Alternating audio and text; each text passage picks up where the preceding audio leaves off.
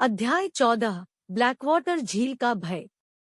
एक दूरदराज के बैकवर्ड के मूल में, जहां पेड़ों को पार करते हुए ब्लैकवाटर झील के मंद पानी को घेर लिया गया था, एक ऐसी कहानी थी जिसने उन लोगों के दिलों को ठंडा कर दिया जो इसे जानते थे। एक भयानक कहानी जिसने सदियों से झील को पीड़ित किया था। किंवदंती ने एक क्रोधित आत्मा की चर्चा की जो स्याही की गहराई के नीचे रही। सारा असाधारण की एक बहादुर विशेषज्ञ ने ब्लैकवाटर झील की कहानियां सुनी थी और वह भयावहता के पीछे की वास्तविकता को उजागर करने के लिए आकर्षित हुई थी।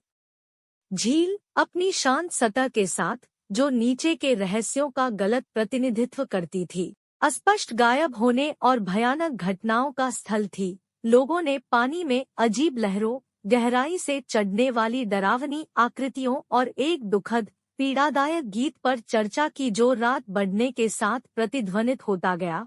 जैसे ही सारा ब्लैकवाटर झील के किनारे पर दिखाई दी, वह हवा में एक डरावनी शांति का पता लगा सकी। जंगल अपनी सांस रोकता हुआ दिखाई दिया, जैसे कि वह नीचे रहने वाली प्रतिशोधी आत्मा की कहानियों को जानता था। उसने महसूस किया कि वह एक दूसरी दुनिया के अनुभव के अनिश्चित किनारे के करीब थी। जैसे ही रात ढलती गई और चंद्रमा ने झील पर एक अलौकिक चमक डाली, सारा एक छोटी सी नाव को नीरस पानी पर ले गई। झील एक शीतल ऊर्जा के साथ जागती हुई दिखाई दी और सतह एक अगोचर शक्ति के साथ लहराती हुई दिखाई दी। यह तब था जब उसने इसे सुना, एक भयानक धुन, एक दुखद धुन जो झील की गहराई से विकीर्ण होती दिखाई दी। गीत ने जगह खा ली और सारा समझ गई कि यह प्रतिशोधी आत्मा का आह्वान था, स्वीकृति और समानता के लिए एक आह्वान।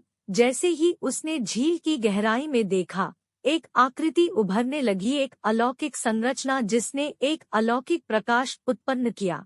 आत्मा एक युवती की थी, उसकी आंखें गहरे दुख और निर्वहन की लालसा से भरी हुई थी।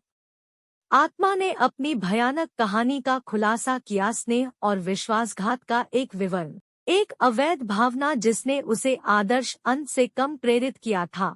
उसे रोजमर्रा की जिंदगी में अपमानित किया गया था, उसका स्नेह उससे दोगलेपन से छीन लिया गया था और उसकी आत्मा ब्लैकवाटर झील से बंधी हुई थी। सारा आत्मा की कहानी से प्रभावित होकर उसे सद्भाव की भावना की खोज करने में मदद करने के लिए लग रही थी। उसने नाव पर एक सभा का निर्देश दिया, झील की आत्माओं से आह्वान किया कि वे युवती के संकट के बारे में रुख अपनाएं और उसे वह डिलीवरी दे जिसकी वह इतनी उन्मत्तता से तलाश कर रही थी। झील हिलती हुई दिखाई दी और धुन मजबूत होती गई। जैसे जैसे रात बढ़ती गई, जैसे जैसे सत्र अपने चरम पर पहुंचा, क्रोधित आत्मा फैलने लगी। उसकी संरचना स्याही की गहराई में धुंधली हो गई।